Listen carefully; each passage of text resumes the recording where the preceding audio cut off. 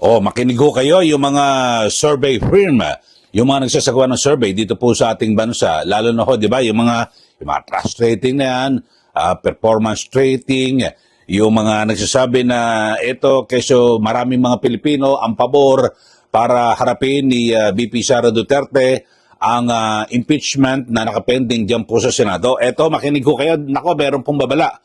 Ito pong si Senator Rodante Marcoleta, sa lahat po ng mga nagsusurvey, na kung hindi nyo po tatantanan at patuloy na paglalabas ng mga survey na yan, na ang sabi ho niya ay mali naman, nako, paimbestigahan po kayo sa Senado. At dahil sa isa po sa mga napapabalita na hahawakan pong komite ni Senator Marcoleta ay ang Senate Blue Ribbon Committee. Nako, na makapangyarihan pong komite na yan, ha? Kahit na wala hong mag-file ng resolusyon at reklamo, kusa ho niya, pwede ho siya magsagawa ng investigasyon. Kasi po, nairita na po itong si Senator Marcoleta dito ho sa mga lumalabas ho na mga kung ano-ano mga survey na ayon po sa senador. Nako, hindi po dapat niyang paniwalaan kasi si Senator Marcoleta mismo ang saksing buhay na noong panahon po ng kampanya ng eleksyon, sa mga survey ay pang 32 siya, no? 32 hanggang 22 lang ho, di ba? Yung kanyang, yung rating ho sa survey niyan. Pero anong nangyari? Alam niyo ho, yung tunay na survey na binabanggit ho natin, di ba? Yung mismong araw ng eleksyon, nanalo ho. So kung ating pinagbasihan, yung mga survey na yan, ay, di ba? Wala ho, maling-mali ho talaga, mga kababayan, no? Puro kapalpakan. Kaya ito may panibagong survey na lumabas, sinasabi 66%. Itong SWS survey, at ito po binayaran o kinumisyon. Kinumisyon po ito ng Stratbase. Ayun ho. At ang sabi po, mga kababayan, ay marami raw ho ng mga Pilipino, mayorya, na gusto raw po na harapin ni VP Sara Duterte ito hong kasong impeachment na kanyang kinakaharap. Ito, pakinggan ho natin. At nako, yari ho kayo kay Senator Marcoleta. Ito, pakinggan ho natin ang kanyang pahayag. May lumabas sa survey na marami daw pong Pilipino ang nagsasabing gusto nilang marinig ang paliwanag ni VP Inday Sara sa impeachment complaint. Sabi ng survey? Yes po. Meron mo palang naniniwala sa survey, Jen? Ako number 32 ako sa survey. Ha? Oo. Hindi ba pinag-usapan na natin, kayo pong mga survey companies, you will do well in doing surveys on Philippine products. Yung ginawa ko ng example ito. Ito talagang magagawa nila ito. And I think they have competence to do it. Magsimula tayo sa bagong isda. Merong bagong munamon na pinoproduce sa Pangasinan. Pangasinan yan. Opo. Sarap yan. May bagong balayan Sa Batangas. Opo. Merong bagong napada sa La Union. Ayan, ako. Mag-survey kayong lahat kung sino yung mas gustong kainin ng Pilipino dito sa tatlong bagong. Anong klase ng bagong? Yan na lang kayo. Pero para pakialaman pa ninyo kung ano yung naisip ng tao, political matters, wala na pong naniniwala sa inyo. Number 32 po ako. Ipinamukha po ninyo sa mga botante natin na hindi ako lalagpas sa 22. Ito yung bracket ko eh. From 32 hanggang 22 lang ako. Hindi po ba ganun ang ginawa nyo? Mawalang galang na po sa inyo. Kayo po mga dakilang gumagawa ng survey, wala na pong naniniwala sa inyo. At kapag ka po ipinilit ninyo, baka magkita tayo sa Blue Ribbon Committee. Huwag po ninyong ipipilit ang isang bagay na hindi na pinaniniwalaan ng tao. Yun lang ang masasabi ko sa inyo. Mabigat nga yan, sana, no? Nako, delikado. Yung mga survey firm, kapag ipinilit nyo yung mga survey na yan, ang sabi po ni Senator Marcoleta ay baka magkita tayo sa Blue Ribbon. Kasi, di ba, inaasahan na si Senator Rodante Marcoleta ang magiging chairman ng Senate Blue Ribbon Committee. Nako, pwedeng imbestigahan. Ang pinakamainam ho gawin ngayon ng mga nagsusurvey, ano ba yung mga nagsusurvey niyan? SWS o Social Weather Stations, Pulse Asia, ito hong Okta Research. Nako, yung Okta Research, grabe ho, talagang laging parang paboro sa administrasyon. So, lahat po ng mga nagsusurvey niyan, sabi po ni Senator Marcoleta, tigilan nyo na yung mga issue ng kung ano ng mga politika. Ang isurvey nyo na lang yung bagoong isda. Yun ho. At yung mga produkto ho ng mga Pilipino at isa ehemplo diyan yung bagoong isda, kung sino ang mas gusto nakainin, ikonsumo ng mga Pilipino. Pero dito po sa issue ng politika, mga kababayan, wag na po. Kasi base po sa huling survey, mga kababayan, ay ang sabi po, SWS survey, ang dami rin po ng mga Pilipino ang pabor na harapin ni VP Sara Duterte itong survey o isang impeachment trial. Kaya naman, ito ho ang madalas na ginagamit po na basihan na mga pro-impeachment o anti-Duterte. Di po ba? At ang sabi ho nila, hindi, ang taong bayan na nagsabi. Laging ganun ho ang termino, yung naratibo nila ay ang sinasabi, nako, gusto na dapat dapat talagang maimbestigahan at maituloy ang impeachment ni VP Sara Duterte diyan po sa Senado kasi may mga posibilidad ho na yan po ay hindi matuloy kasi kini-question po ang jurisdiction di po ba? At ito ho, ito ang sinasabi ho, majority of Filipinos believe Sara Duterte should face impeachment court. Yan yan, nakikita nyo ha. Sabi po yan ng survey. Ayan, panoorin nyo. Basahin nyo ho, mga kababayan, sa inquirer.net yan. Okay. So, nakalagay ho rito, ito ho, ang sabi po ay majority 66%. Ang sinasabi ho mga kababayan ay 66% na mga Pilipino ang di umano ay pabor na dapat po ay harapin ni VP Sara Duterte yung kanyang kinakaharap na impeachment. Kaya may pahayag naman si VP Sara, yung kanyang opisina, na hindi, lagi namang handa at handang harapin ng Vice Presidente yung mga kasong kinakaharap niya. Ito majority or 66% of Filipinos believe that Vice President Sara Duterte should face the impeachment court to formally address charges against her. Ito raw po ang resulta ng survey ng Social Weather Stations o SWS. At ito hong SWS survey na ito ay commissioned by, ibig sabihin, kinumission, binayaran ho ito ng Strat-based group. Alam niyo itong Strat-based group talaga ito. Alam niyo naman ito, anti-Duterte ho ito. At pero maka-Amerikano ho. 'Di ba? Base ho sa mga ginagawa nila mga pag-aaral, kitang-kita mo naman yung leaning, yung kanilang pabor sa bawat mga issue.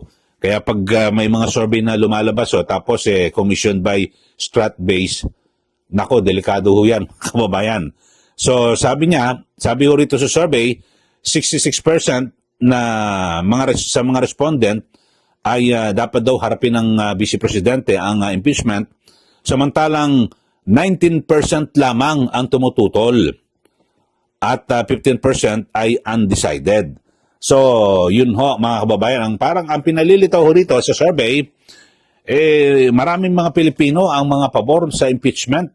Kaya dapat na ituloy at madali na po yung mga senador na agad na aksyonan yung kasong impeachment na yan. So, yun po kasi pinamumukha rito Kaya may mga survey para yung mga senador ma-impluwensyahan na, nako, gusto pala ng mga Pilipino na mayorya ng mga nagsabi na dapat ay ituloy itong impeachment, kaya dapat madaliin natin.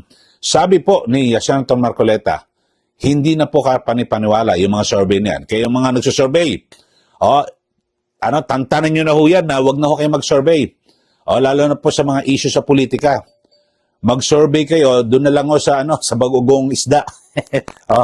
Yun ho. At kapag inyo pong pinilit, ito nagbabala po si Senator Marcoleta, kapag ipinilit nyo yung mga survey niyan, magkita-kita tayo sa Blue Ribbon. Ibig sabihin, kayo po ay paiimbestigahan ni Senator Marcoleta. Alam niyo ho, maganda ho siguro, panahon na para imbestigahan talaga ni Senator Marcoleta ito hong isyong ito. Kasi lahat ho ng mga ipaliliwanag ho rito ng mga nagsurvey, kasi alam nyo ho, yung mga nagsusurvey, depende ho sa tanong eh. May mga leading question na parang pag tinanong ang isang tao, ang magiging sagot talagang sa gusto mong sa pinapaboran mong issue. Yung parang walang kawala ho ng mga sagot, ganun ho ito eh. Kaya siguro maganda panahon na ho para tumino itong mga nagsusurvey at pinakamainam mo siguro, wag na ho.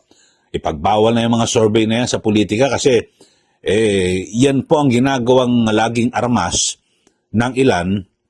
Kasi alam ba kung sino nagpa-survey, siya nagbayad eh. Ito yung survey mo. So magagaling ho umanggulo yung mga nagsusurvey.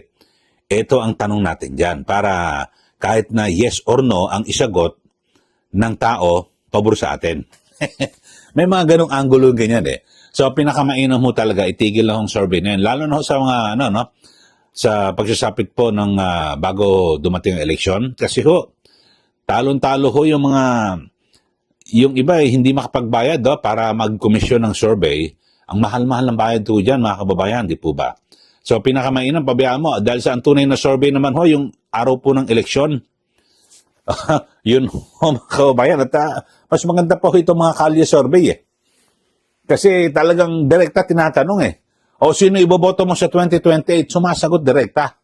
Wala pakiyami-kiyami. Hindi katulad ng mga survey firm niyan. Biglang lalabas na lang. Ito 66%. O ito majority ng mga Pilipino. Mas maganda pa ho yung Kali survey eh. O di po ba? Kasi kita nyo naman may video eh. Pati yung reaksyon ng ating kababayan. Di po ba? So yan ho. Sa mga survey firm tantanan nyo na ho yung issue sa politika. At kasi hindi raw hukay kapanipaniwala, sabi po ni Senator Marcoleta. At siya mismo ay saksing buhay. Biruin nyo naman, 32. Tapos base sa mga survey, hanggang 22 lang ho siya. 12 ang kukunin eh. Diba sa senador? Pero ano ang lumabas? Alam nyo, bukod ho kay Senator Marcoleta, kung inyo pong matatandaan sa mga survey, si Senator Kiko Pangilinan, hindi ho pumapasok sa Magic 12 eh. Si Senator Bam Aquino, hindi rin pumapasok sa Magic 12. Yung tatlo na yan, Senator Marcoleta, Senator Bam Aquino, Senator Kiko Pangilinan, yung tatlo na yan, hindi sila pumapasok sa Magic 12. So, ibig sabihin, kung ikaw ay isang tao o botante na naniwala sa survey, nako, alam nyo naman yung mga Pilipino, hindi naman lahat. Pero karamihan po sa mga Pilipinong botante, nako, talo la, sayang ang boto ko.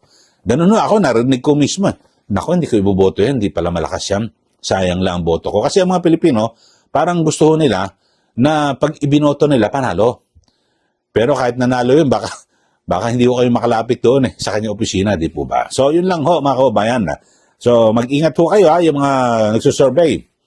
Pero ako, Senator Marcoleta, pakiusap ko po, na sana ho, imbestigahin niyo po ito hong nagsusurvey na ito. At pati yung nagkukomisyon, ano ba, itong strat-base, itanong nyo, ano ang kanilang layunin sa pagkomisyon na yan? Gumagastaw sila ng pera dyan eh. Ano ang inyong layunin? Bakit kayo nagpapasurvey? Para ikondisyon ang isipan ng tao sa ganitong issue. So mas maganda po sana ganon. Senator Marcoleta, imbestigahan nyo po yan.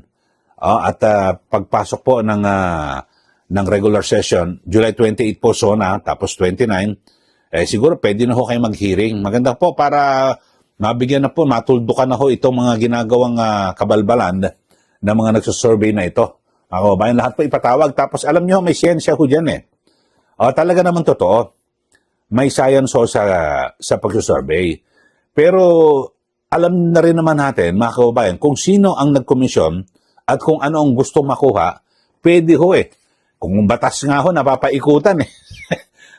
Batas nga ho na napapaikutan, ito pa ang pagsusurvey na may science. Maganda ho, may sistema ho dyan eh. Pero pwede rin paikutan. Yun lang ho. Okay ho, sa ating mga kababayan, paburo ba kayo na paimbestigahan ni Senator Marcoleta ito hong mga nagsusurvey na ito?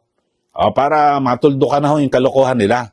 At yung ginagawa mind conditioning. Kinukondisyon nila isip ng tao sa mga ganito. Nako, ito na yan. Ganyan, kinukondisyon nila ang tao na dapat matuloy ang impeachment kasi pabor ang mga mayoryang Pilipino na dapat harapin ni VP Sara yung impeachment. Ang issue ho rito, biro mo, Supreme Court, kumilos na ho. Humihingi ng mga dagdag na impormasyon sa mababang kapulungan ng Kongreso at maging sa Senado at lalo na ho sa House of Representatives. Ano ang ginawa nyo sa 3 naunang impeachment complaint? Kasi pang-apat ho ang nailusot ho sa Senado So, yun ho. So, pinakamainam ho na gawin, kayo ho ako ho mga kababayan, dapat na itigil yung mga survey, aking pananaw At kanya-kanyang survey na lang tayo, Kalya survey. Marami na ho ng mga sa social media na nagsusurvey. Kalya survey na lang ho, pati yung traditional or yung mga vlogger, magkanya-kanya na lang ho. At least doon, diretso. Pag tinanong mo, makikita mo pati reaksyon ng mukha. Di ba? Na talagang kung sino yung gusto niyang kandidato. Yun na lang po. Pakiusap ko po, tama ho ang sinasabi ng Senator Marcoleta. Yung mga nagsusurvey ho ngayon, isurvey nyo na lang ho kung ano yung mga produkto ng Pilipinas. Tulad ho ng bagoong isda. Yan na lang ho siguro at hindi na ho natin pagtatalunan. Sa mga bago lang po sa ating channel, mag-subscribe na po kayo dito po sa atin at syempre huwag po kalimutan na i-share at i-like. Maraming salamat muli. Ito po si Ka Eli. Magandang araw po sa ating lahat.